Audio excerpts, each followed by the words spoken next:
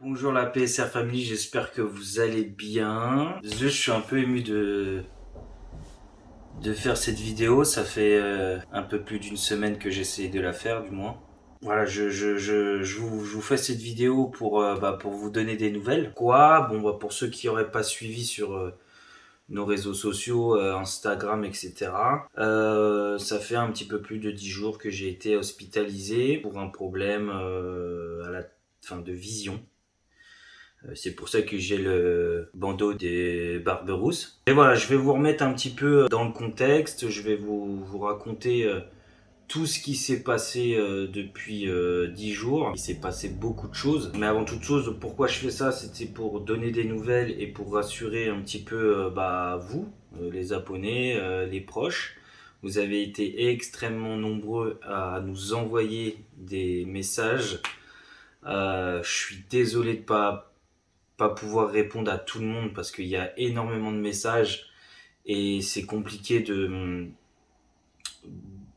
redire ce que tu as. En fait, c'est anxiogène de répéter à tout le monde voilà. Donc c'est pour ça aussi que je fais cette vidéo, pour vous expliquer qu'est-ce que j'ai eu et tout ça. Donc voilà, je voulais vous remercier avant tout de tous vos messages et votre bienveillance. Mais de toute façon, on en reparlera à la fin de la vidéo. C'est une des premières fois que j'ai créé une vidéo, hein, je vous le dis. Parce que je voulais presque rien oublier. Bon, qu'est-ce qui s'est passé la PSR Family? Je vous explique. Lundi dernier, enfin pas lundi là, lundi d'avant, il y a 2 semaines, donc je vais au local pour vous faire des vidéos, tout simplement. Et là, ma mère m'appelle et me dit bon, écoute, fonce à la maison. Savoir, c'est que moi, j'habite dans un département et mes parents habitent dans un autre département. On a 100 km d'écart. Il dit ta grand-mère est tombée. Je pense qu'elle s'est cassé le col du fémur. Fonce là-bas. Là, tout de suite, tu y seras avant moi. Voilà. Mais en gros, ma grand-mère se casse le col du fémur. Ça arrive à pas mal de personnes âgées, malheureusement. Chose de quand même d'assez courant. Sauf que là, elle a été prise en charge dans un hôpital, comment dire, pour pas les insulter et pour pas scandaleux. Voilà, scandaleux. Ils l'ont faut imaginer une personne âgée avec le bassin de l'autre côté. Et voilà, là-bas. Donc ils l'ont laissé dans son urine, ils l'ont laissé dans son vomi presque 2 heures. Elle a failli tomber de son brancard. Enfin bref, je vous passe les détails. Vraiment, cette vidéo risque d'être longue. J'ai beaucoup de choses à vous dire, à vous expliquer. Je suis désolé si c'est un peu barbant et un peu chiant, mais je veux vraiment vous donner tous les détails. C'est le but de cette chaîne. On s'est dit que dans cette chaîne YouTube, on partageait les bons moments comme les mauvais moments. Donc là, on est sur un mauvais moment. Le soleil se lèvera.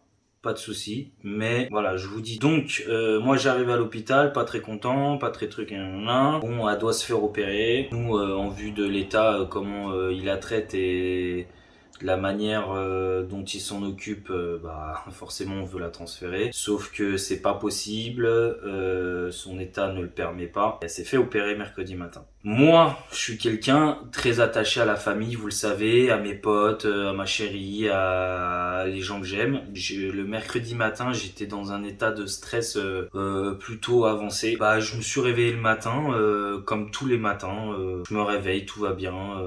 Très stressé, mais ça allait. Et d'un seul coup, 10 heures du matin, j'ai un peu mal à la tête, mais un mal de tête, banal quoi, comme on dirait. Enfin, je me disais ouais, faut que je prenne un Doliprane plutôt que vas-y donne-moi un Doliprane. Vraiment un mal de tête pas très très fort, mais vachement ciblé. En fait, j'avais mal tout ici, tu vois. Bon, je vais prendre un Doliprane et bon, comme de toute façon, j'avais pas prévu de faire de vidéo, j'avais pas prévu d'aller au local, j'avais un peu le moral à zéro, un peu, pas bien. Je me suis dit bon, je vais me regarder Netflix, je vais me mettre dans le canapé. Et puis, je vais prendre un Doliprane, ça va passer. Je m'endors une petite demi-heure et là, je me réveille et j'ouvre les yeux et là, je vois triple. Voilà, je vois 3 Jenny, je vois 3 écrans, je vois 3 télécommandes, je vois 3 téléphones.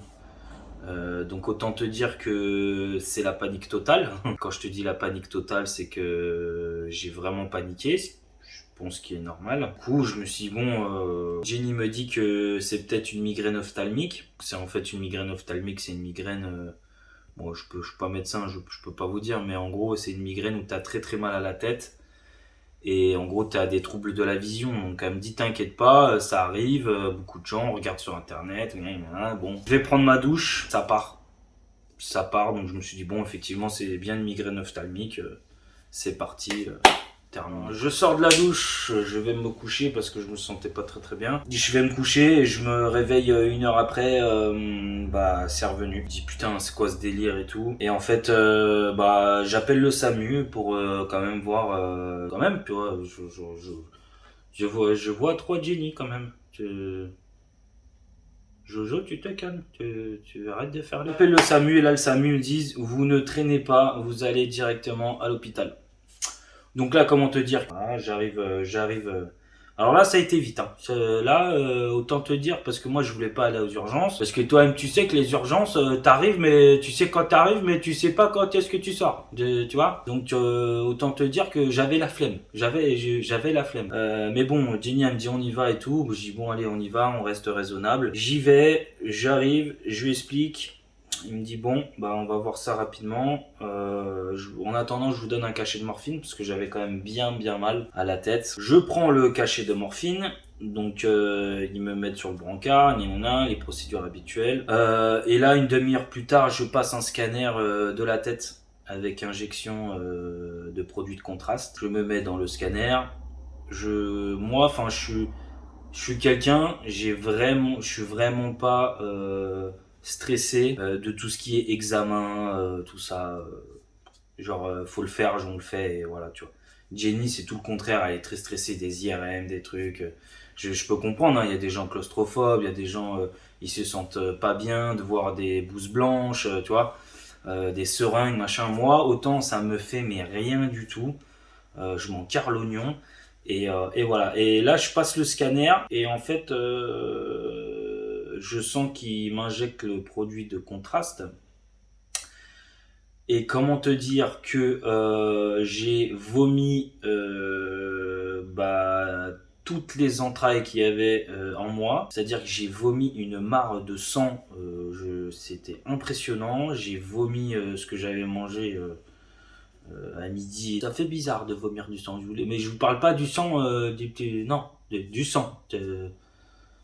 De type zombie. Donc bon, le gars il dit écoutez, voilà, et son collègue lui dit bon faut qu'on refasse le scanner et tout, et son autre collègue lui dit ah non, genre tu sais, bon je comprends, il était un peu vénère, je vomis, voilà, c'est pas de ma faute, en fait, et après je l'ai su, en fait c'est la morphine plus le produit de contraste, et les deux ils s'aiment pas, donc il y en a un qui a dégagé l'autre, tu vois.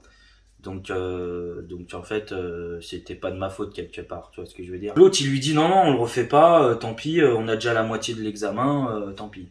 Retenez ça dans votre tête, d'accord? Je rentre aux urgences, je retourne aux urgences et là ils me disent bon écoutez, on va vous hospitaliser. On a besoin de plus de détails, de trucs ça, je peux pas vous laisser repartir comme ça, vous avez encore votre vision à la vue.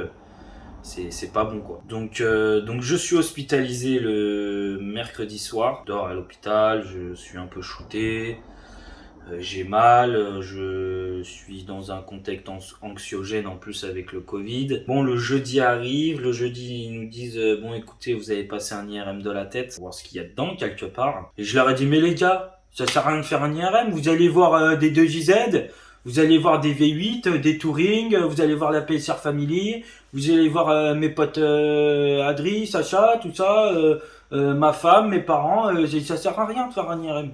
Vous allez voir que mes potes et ma famille. Et ils ont dit bon, on sait mais on va regarder quand même. Donc bon, je fais l'IRM et tout. Bon, ça se passe bien, un IRM classique. Bon, j'avais quand même un petit peu peur parce qu'ils m'ont dit on va réinjecter un petit truc. Bon, j'ai quand même senti, ça va, c'est très bien. Et là, ils me disent ce soir, faut qu'on fasse une ponction lombaire. Ponction lombaire, c'est pour ceux qui savent pas ce que c'est une ponction lombaire. Ils mettent une aiguille genre comme as dans la colonne vertébrale pour récupérer du liquide céphalorachidien. Je suis devenu Dr House, hein, je vous le dis. Là, envoyez-moi vos cas, il n'y a pas de problème. Donc voilà, ils te mettent une aiguille comme ça qui dans dans la colonne vertébrale pour faire des prélèvements. J'étais même pas stressé, mec. J'étais même pas stressé, j'en avais déjà fait. Certes, ça fait super mal et tout, mais voilà, on va dire que j'ai un sang-froid plus ou moins pas déconnant, tu vois. Donc vas-y, on y va. Là où j'ai stressé, c'est quand ils sont arrivés. Parce que quand ils sont arrivés avec 3 infirmières, 2 docteurs, et donc ils étaient 5, 6, 7 dans la chambre, tu vois. Donc je me suis dit, mais pourquoi il faut autant de monde pour ça, quoi. Tu vois, j'en avais déjà fait, c'était 2 maximum. Et là, en fait, la jeune femme qui commence à se préparer pour me faire la ponction, je me rends compte que c'est quelqu'un qui est en formation. Donc là, bon, le stress commence à monter un petit peu plus quand même. Je vous cache pas que là, je me suis dit, bon, voilà. Et puis Jojo, comme il est gentil, tu vois, il ose pas dire, non, je veux pas que ça soit elle qui me le fasse, tu vois. Parce que moi, je suis gentil. Et contrairement à ce qu'on pense, je n'aime pas mettre mal à l'aise les gens. Et je n'aime pas... voilà, j'aime pas. D'accord. Donc bon, vas-y, elle me tripote. Elle dit à son référent, donc son médecin qui est à côté, ouais, j'arrive pas à savoir exactement où c'est, il parle chinois, gna. Bref, et le pote il dit, ouais, c'est vrai que monsieur est un peu enrobé, j'avais envie de lui mettre... Bon, elle me pique. Bon, elle me fait mal. Bon, faut savoir que t'es en mode comme ça. Hein. T'es comme ça. Et la meuf est derrière sur le lit, t'as l'infirmière en face de toi. Bon, c'est chiant. C'est chiant et ça fait mal. 10-15 minutes se passent quand même, hein. Donc avec une aiguille dans le dos, 15 minutes c'est long. Et là, commence l'histoire de ma vie. Alors l'histoire de ma vie, c'est soit tout bien, j'ai beaucoup de chance dans ma vie, etc. Soit vraiment t'es le plus grand poissard de toute la Terre. Cette jeune femme qui me truc une seringue comme ça, qui est en formation, au bout de 15 minutes, tu sais, je les regarde, tu vois, et plus personne parle, genre. Je les vois, ils se regardent, tout, je dis, wesh, qu'est-ce qui se passe, tu vois, voilà, je parle, je dis, qu'est-ce qui se passe? Non, rien, c'est la docteure, enfin l'interne, ils appellent ça un interne, j'ai jamais compris pourquoi ils appelaient ça un interne, mais bon, c'est l'interne, elle vient de faire un malaise vagal.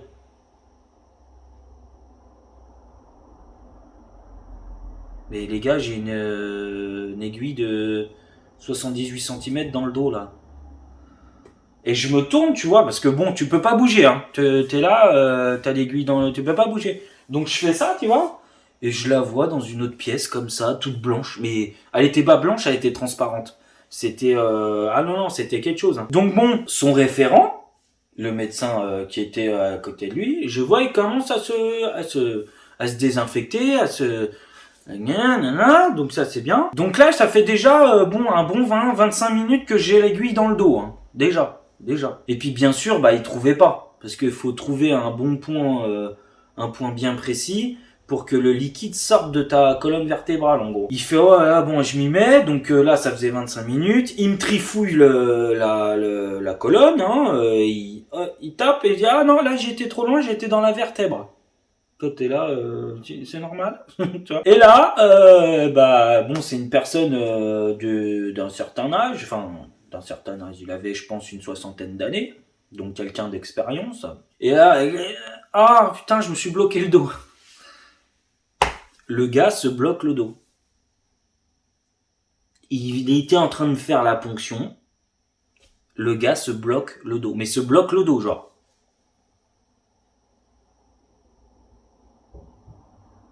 Je leur dis c'est un sketch, c'est pas possible. Elle est où la caméra cachée? C'est pas possible. Donc qu'est-ce qu'ils font? Donc entre temps, Gasper il revient, d'accord. Bon alors à ce moment-là, on lui enlève et puis on la refait demain matin.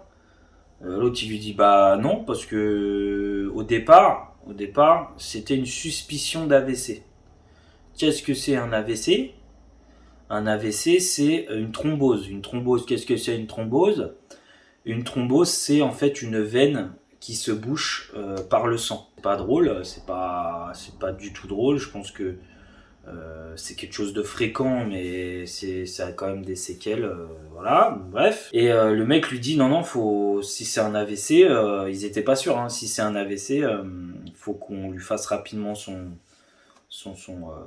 traitement, et donc on peut pas attendre. Donc qu'est-ce qu'ils font? Ils appellent en fait un autre médecin urgentiste ou je sais pas. Donc le temps qu'il arrive, 40 minutes.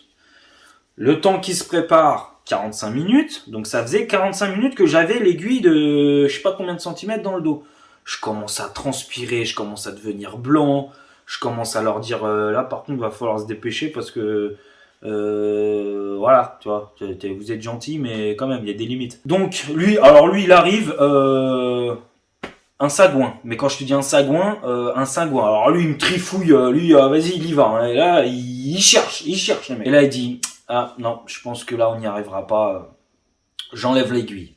Hop, il enlève l'aiguille, ça me défonce. Je me suis dit, ça y est, c'est bon, vas-y, ils vont refaire ça plus tard, ou chiape, ou machin. Donnez-moi une autre aiguille. J'ai 5 minutes. Non, on y va. Bon, il reprend l'aiguille, il me repique un peu plus haut. Il me fait hyper mal. En fait, au bout de 5-6 minutes, là, il y arrive, le liquide sort. Et voilà, ils ont pu faire le prélèvement. Donc, c'était 45 minutes, 50 minutes de pas drôle du tout. mais voilà, il fallait le faire, on l'a fait. Et puis, la dame elle m'a dit quand même, vous avez été très gentil, hein, franchement, merci, hein, parce qu'il y aura beaucoup de monde qui aura pété un câble. Je suis écoutez, si elle a fait un malaise, c'est pas de sa faute. Si c'est bloqué le dos, c'est pas de sa faute. Maintenant, bon voilà, c'est fait, c'est comme ça. Donc ça c'est le jeudi, donc je passe pas mal de. Bon, on parle pas des prises de sang toutes les 5 minutes.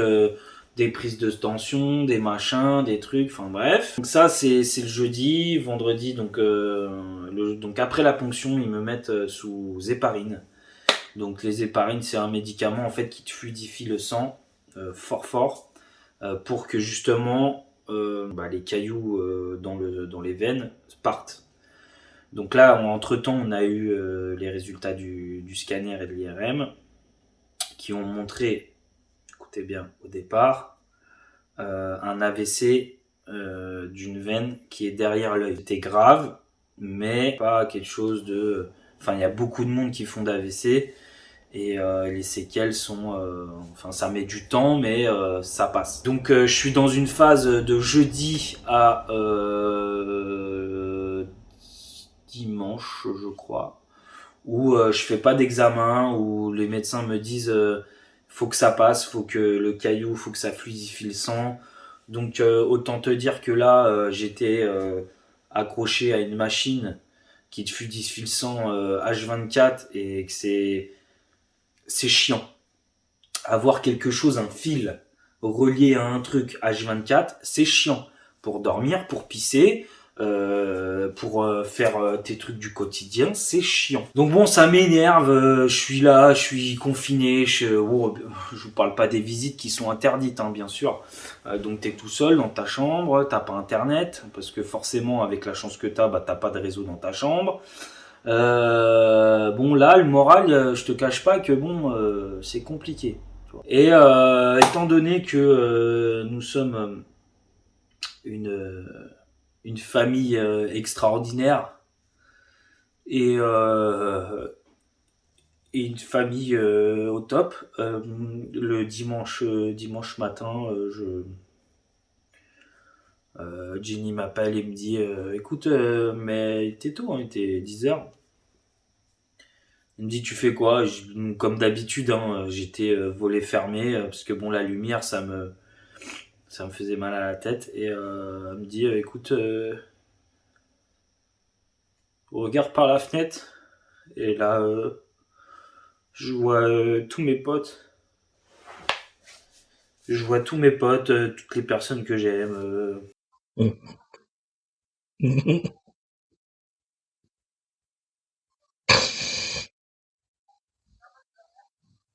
C'est quoi? Ils sont venus me voir, les cochons. Il y a Mégounette, il y a Baptiste, il y a Olivier, Stéphane, Tiff, Didi Boudi, MPM Prod, Flo, Gaëtan, Adri, Nico, Clem, Céline, tous là. Mon oncle et mon père qui ont fait un rasso quoi.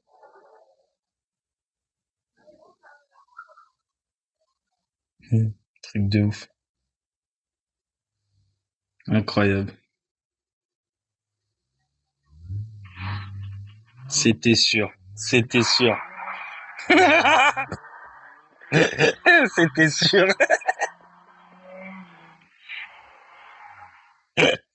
C'était sûr.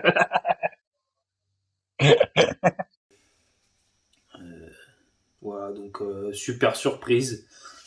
Euh, super surprise. Trop content de les voir. En plus, c'était chiant parce que la porte de. Enfin, la fenêtre de ma chambre, elle s'ouvrait de ça, tu vois. Donc, moi, comme un con, je mettais ma tête là. C'était un super souvenir. J'ai des potes, ils arrivent, ils font des donuts et tout, Roms, des bisous. Donc c'était archi cool, ça m'a redonné vraiment bon moral. Parce qu'en fait, moi, ce qui me stressait, c'est qu'en fait, l'AVC, il faut attendre en fait. Et comme je suis quelqu'un de très patient et de très voilà, en fait, je voyais que rien changeait au niveau de mes yeux. Je voyais toujours triple. Et en fait, ça me stressait de voir que ça avançait pas, quoi, tu vois. Surtout qu'ils te disent on vous met sous héparine, ça devrait aller, nanani nanana. Et quand t'arrives et que tu vois que ça va pas et qu'il y a rien qui change, ça t'énerve, tu vois. Donc bon, ça c'est le dimanche, super content avec tous mes potes qui ont pu être là. Je sais qu'il y a beaucoup de monde qui aurait voulu venir me voir, mais c'était compliqué avec le confinement. C'est loin aussi l'hôpital. Donc je vous remercie toutes les personnes qui sont venues me voir et qui m'ont envoyé un message. Franchement, vous êtes au top. C'est compliqué d'être dans une chambre là-haut et d'être en FaceTime avec les gens que t'aimes et parler avec eux alors que ils sont à 50 mètres de toi, tu vois, et que tu peux pas les voir. Franchement, je voilà, je les remercie et vous êtes vraiment les meilleurs. Donc après, ça suit son cours. Je reprends un peu du poil de la bête. Mardi, je suis bien. Je me lève le matin. Il fait beau. Je savais que mardi, Jenny avait une autorisation pour venir me voir, donc j'étais content. Tac, tac, tac. Il y a le médecin qui rentre avec une autre dame. Fait entre-temps un scanner. J'avais fait entre-temps un scanner parce qu'il m'avait dit ouais, j'aimerais bien refaire un scanner de la partie en fait concernée en mode zoom, tu vois. Je dis bah vas-y on y va et tout, je fais le scanner, hein. Le lendemain il vient me voir et il me dit bon monsieur, écoutez, c'est pas un AVC, d'accord. Bon, à ce moment précis, quand il te dit monsieur c'est pas un AVC, t'es un minima intelligent, t'es un minima renseigné. Clairement, tu sens plus tes jambes, tu sens plus tes bras, t'es à la limite de tomber dans les pommes. Hein. Je te cache pas que là, tu flippes ta race. Et il faut pas être trop con. Il me dit, écoutez, c'est pas un AVC, vous avez une masse dans. Alors au début, il me dit, vous avez une masse derrière le sinus. Donc le sinus, c'est là. Donc vous avez une masse vraiment à l'intérieur, donc côté gauche du coup, vraiment à l'intérieur ici, tu vois. Donc forcément, tu penses cancer. À ce moment-là, ils te disent, bah écoutez, on a une masse, mais on ne sait pas ce que c'est. On n'arrive pas à savoir ce que c'est. C'est ultra chelou. Il me dit, c'est ultra chelou. J'ai jamais vu ça. Du Jojo, hein. Ça peut pas être simple. Écoutez, le médecin, il me dit, ça relève du domaine de mes compétences. Donc quand le mec te dit ça, tu te dis, ok, bon. Donc vous allez être transféré à l'hôpital de Rouen, CHU de Rouen. 200 km de chez moi. Donc le lundi après-midi, donc moi, bah forcément, tu te fais 3 milliards de films, ça y est, t'as le cancer, ça y est, ça pouvait être bénin ou maline, hein, mais forcément, tu penses qu'au pire. Clairement, c'est compliqué. Donc il me transfère au CHU de Rouen où j'arrive, où là vraiment je suis traité comme un roi. Les infirmières ont été extraordinaires. Je sais pas si par hasard ils vont regarder cette vidéo, mais je vous remercie toutes les personnes, toutes les infirmières qui ont été aux petits soins avec moi. Franchement, vous êtes extraordinaires. J'arrive là-bas, donc là tu sens que c'est un autre délire, hein. Déjà le truc il est grand, t'as jamais vu ça de ta vie. Il y a un bâtiment par section. Enfin, c'est une usine à gaz, hein, le truc, hein. Je dis à l'infirmière, mais c'est vachement grand ici. Elle me dit, bah écoutez, ça fait 5 ans que je travaille ici, je connais toujours pas le bâtiment. D'accord, bon, ok. Donc de là, je fais des tests d'ophtalmo. Première bonne nouvelle, mes yeux n'ont rien. Tout va bien dans mes yeux. Le champ de vision, donc savoir à quel point, tu vois, là par exemple, je vois ma main. Le champ de vision est parfait. Sachant que je suis arrivé à Rouen en 3 heures de temps, quand je suis arrivé, ils m'ont fait genre 3 examens, tu vois. Genre j'avais l'impression, j'étais le cas national, il fallait qu'ils sachent ce que j'ai, tu vois. Donc tant mieux, hein, moi j'étais content, je me suis dit, ah ouais, là c'est un autre délire, tu vois, là vas-y, ce soir je suis rentré, tu vois. Et là, le soir, le scanner que j'avais fait avant, l'hôpital d'avant l'envoie au CHU de Rouen. Donc le neurologue, donc ce qu'il faut savoir, c'est que c'est un truc universitaire, hein, c'est un truc, c'est déjà, on est sur le haut du panier, d'accord. Donc clac, le neurologue il regarde mon cas, et le soir je mange, toc toc toc, le médecin qui rentre, la neurologue. Bon bah écoutez, je suis le neurologue, nanana.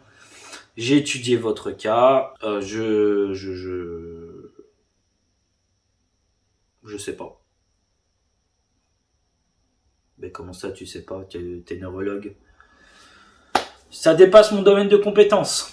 Je vois, en fait, effectivement, vous avez une masse, on dit une petite masse, qui est derrière le sinus. Le médecin d'avant s'était trompé. Il n'est pas derrière le sinus, il est en plein milieu du cerveau. Il est là. Enfin, là, mais en profondeur. Donc, en fait, cette masse-là, comprime le nerf optique, le nerf numéro 6 optique, et c'est ce nerf-là qui commande en fait les deux yeux en même temps, en fait. C'est pour ça que quand je regarde bien à droite, ça va. Quand je regarde à gauche, bah ça fait ça, quoi.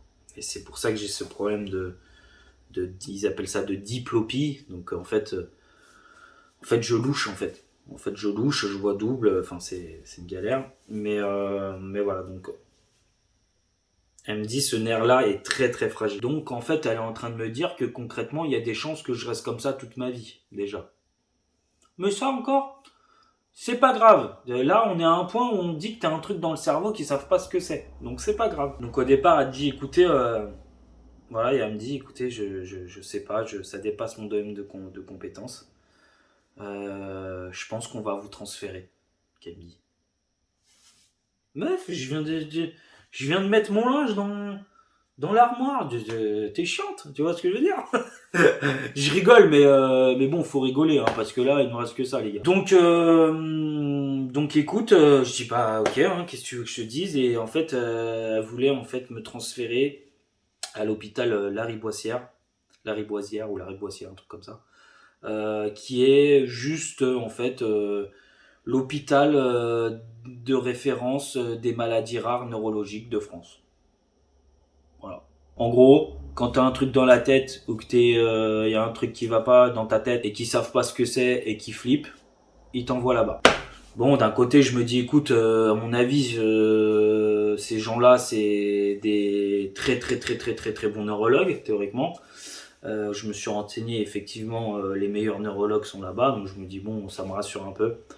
Je me dis, bon, bah écoute, on y va, et puis voilà. Sauf que ils me disent, on sait pas quand est-ce que on va vous transférer. Ça faisait déjà une semaine que j'étais à l'hôpital. Ils m'ont dit, écoutez, on va faire une grande visioconférence avec les plus gros neurochirurgiens de Paris pour discuter de votre cas, pour comprendre la suite, etc. Donc moi je me dis, bah écoute, tant mieux, hein, faites. Et là, le médecin il revient me voir hier matin, donc on est quel jour? On est samedi là aujourd'hui, donc hier matin, vendredi, il me dit, écoutez, j'ai vu avec Paris, l'IRM et la biopsie qu'on vous voulez faire, en fait, ne sert à rien parce que en fait ils ont vu sur l'IRM que en fait la masse qu'il y a dans le cerveau elle est vraiment toute petite, donc ça c'est une bonne nouvelle. La mauvaise nouvelle c'est que elle est placée à un endroit qui est extrêmement difficile à aller chercher, voilà, donc ça c'est la très mauvaise nouvelle. Malgré qu'ils pensent que c'est une masse bénigne, donc qui n'est pas cancérigène, c'est un endroit, genre ils m'ont dit en fait il n'y a qu'une personne en France qui est capable de faire cette opération. Donc déjà là ça te parle d'opération. Genre là il y a un mec qui est en face de toi qui te dit bon il y a personne qui sait faire ça, il y a juste un mec et il va aller trifouiller ton cerveau. Voilà. Donc au final, ils savent pas ce que c'est comme masse, ils savent pas si c'est une masse cancérigène, ils savent pas si c'est un kyste. Ils m'ont parlé de bout d'os. Mais ce qui les gêne, c'est que c'est techniquement impossible d'avoir un bout d'os en plein milieu du cerveau. C'est comme si je vous dis, on a retrouvé des bouts de gomme de pneus dans les cylindres. Genre, tu vois ce que je veux dire? Genre, c'est impossible, c'est un truc...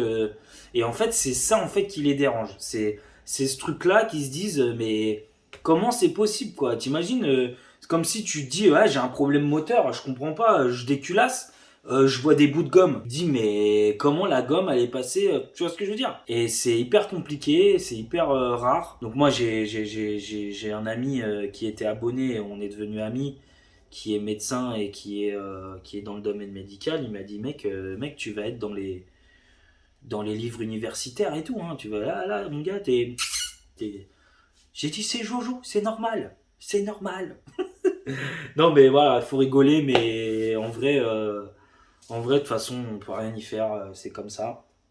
Donc, ce qui s'est passé le vendredi, donc hier, Jenny est venue me voir, et en fait, le médecin, il me dit, bah écoutez, on va passer ce fameux scanner pour voir s'il n'y a pas d'autre masse dans votre corps. Et une fois qu'on sait ça, normalement, il m'a dit c'est pas sûr, mais normalement vous allez vous faire opérer du cerveau. Voilà. Donc j'en sais pas plus. J'en sais pas plus que vous. Là j'attends mercredi après-midi mon scanner. Donc il faut savoir les gars, ils vont aller me charcuter le cerveau. Donc il y a quand même des risques, Donc ça c'est la conclusion. J'en suis là. Je suis désolé, c'est très long, mais je préfère vous dire tout ce qui s'est passé. J'attends. Alors là on parle même pas de drift, on parle même pas de, de compétition, de YouTube, même si je veux vraiment vous faire encore des vidéos, il y aura sûrement d'autres personnes sur la chaîne YouTube. Il y aura beaucoup plus Sacha, il y aura beaucoup plus Adri, il y aura beaucoup plus Aquel, enfin voilà. Parce que j'ai pas, en fait, ça fait 6 mois où on essaye d'être régulier au niveau des vidéos, vous faire une vidéo tous les mercredis soirs et les dimanches soirs. Et en fait, j'ai pas envie de casser ce rythme-là. Voilà, pendant la semaine où j'étais à l'hôpital, il n'a manqué qu'un rendez-vous. Donc je trouve que c'est quand même pas mal. Merci Sacha, merci Adri, merci Anthony. Et voilà, j'ai envie de continuer de vous faire des vidéos, même si je suis beaucoup moins dans les vidéos. Au moins vous avez le reste des projets en cours de l'écurie. Je vais vous présenter aussi bientôt, enfin je vous présenterai la voiture de mon tonton que vous avez peut-être déjà pu apercevoir, la E46 de Drift 323i. Il y aura aussi des pièces à mettre dessus, etc. Donc voilà. Donc ça c'est la suite. Je voulais remercier, ça c'est très très important pour moi, vous, déjà les abonnés. J'ai reçu un nombre incalculable de messages. Là où je vous filme, je suis obligé d'être en mode avion parce que sinon le portable il sonne toutes les 3 secondes. Et je vous remercie, il y a énormément de personnes qui m'ont aidé à tenir le moral. Tous les messages que vous m'avez envoyés, je les ai survolés. Je dis pas que je les ai tous lus parce que ça serait mentir, parce qu'il y en a tellement que voilà. Et c'est très anxiogène pour moi de réécrire ce que j'ai et tout à chaque personne. Et ça prendrait beaucoup trop de temps. Je vous remercie. Sachez que je les lirai tous, quoi qu'il arrive. Ça va prendre du temps, mais je les lirai tous. Je voudrais aussi remercier tous mes sponsors qui ont pris des nouvelles de moi. Donc ça, c'est hyper touchant parce que en fait, ça sort du cadre sportif, ça sort du cadre de YouTube, ça sort du cadre du drift. Là, on est vraiment sur le côté humain. Donc je tenais à remercier SCP Shop, Astral Cage. Vous vous rendez compte, les Espagnols, ils m'ont envoyé un message en me disant vas-y, t'es le meilleur, si tu vas aller mieux, ça va le faire et tout. Et dès que tu ressors, on fait un truc ensemble et tout. Donc merci Astral Cage. Enfin, il y a tout le monde qui m'a envoyé un message. Flexeo Motorsport, GT2i ont été super avec moi. Tout le monde, quoi, vraiment. Tout le monde, tout le monde. Je suis hyper content de ça. Et les dernières personnes que j'aimerais remercier, particulièrement quelqu'un qui m'a fait énormément plaisir, et comme quoi c'est quelqu'un, quand il s'agit de bienveillance et de santé, etc., il est là. Donc Akram m'a envoyé plusieurs messages en me demandant de mes nouvelles. J'étais un peu surpris, j'avoue, mais voilà, ça me fait très très chaud au cœur. Merci à toi. Pas mal de personnes qui ont pris des nouvelles de moi, Tchouf, bien sûr, tout ce qui est la Drift Family entre guillemets, Thomas Fouillade a pris des nouvelles de moi, tout le monde, tout le monde, quoi. En gros, tout le monde. Alexandre Boulier m'envoie un message très souvent. Jérôme Vassia, je l'ai eu au téléphone, etc. Franchement, c'est des amours. C'est au-delà du drift, c'est des amours. Billy aussi, Billy, le juge du championnat de France de drift. Enfin, voilà, je voulais remercier ces personnes-là. Donc voilà, la suite, on la saura mercredi prochain. J'ai eu du mal à vous faire des stories parce que en fait, moi-même, je voulais pas vous dire, voilà, j'ai un AVC. Et 2 heures après, le mec il te dit non, c'est pas un AVC. Tu vois ce que je veux dire? Vous aurez rien compris, vous serez dans le flou et ça servait à rien. Donc j'ai préféré attendre, ça a été dur, et vous faire cette vidéo. Au moins vous savez ce qu'il en est. Que là, bon, maintenant que vous savez, je vais vous tenir au courant sur Instagram et en story. Jenny aussi, vous pouvez suivre la suite sur son compte Instagram. Et voilà, je relativise beaucoup de choses. Je pense que le coup de stress de début de semaine dernière y est pour quelque chose.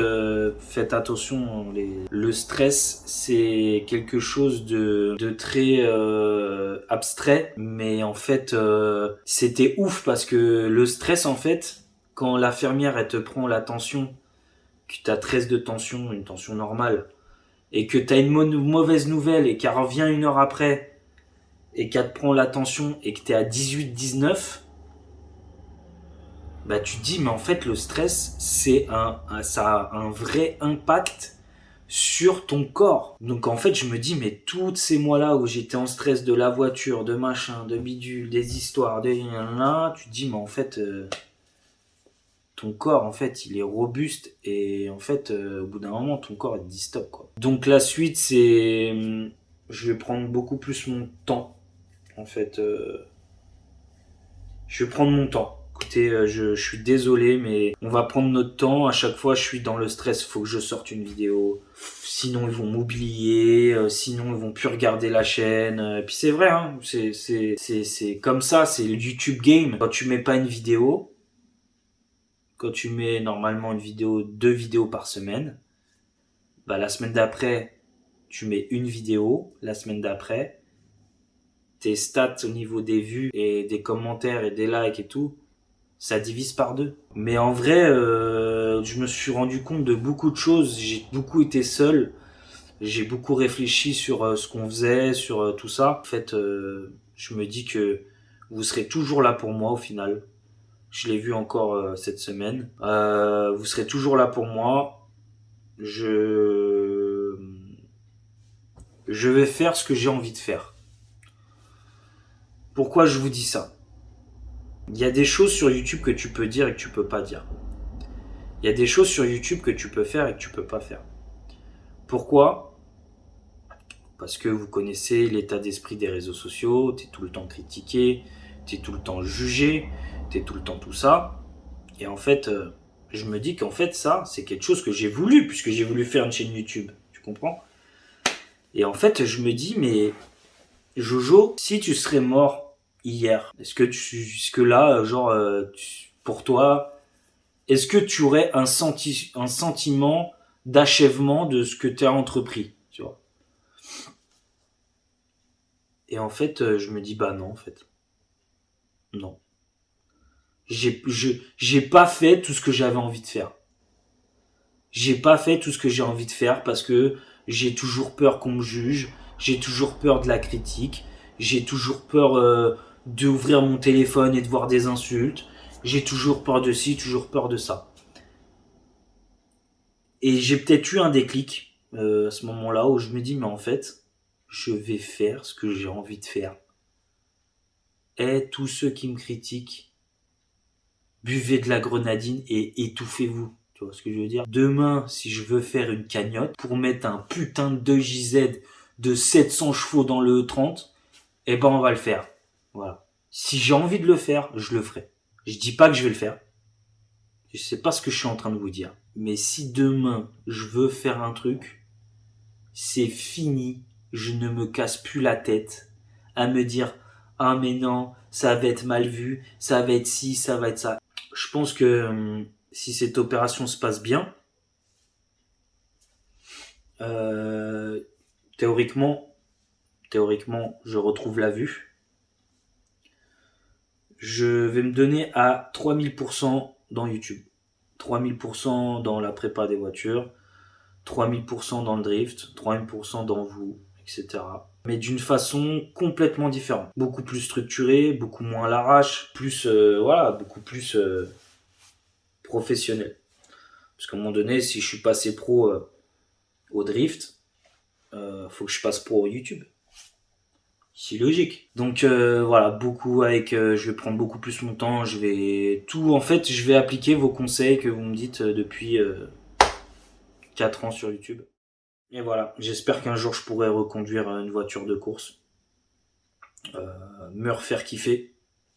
Vous avez vu, c'est la première fois sur toute la chaîne de tout YouTube que je dis je et pas nous. Ça me fait bizarre, je vous cache pas. J'espère pouvoir me faire kiffer et vous faire kiffer.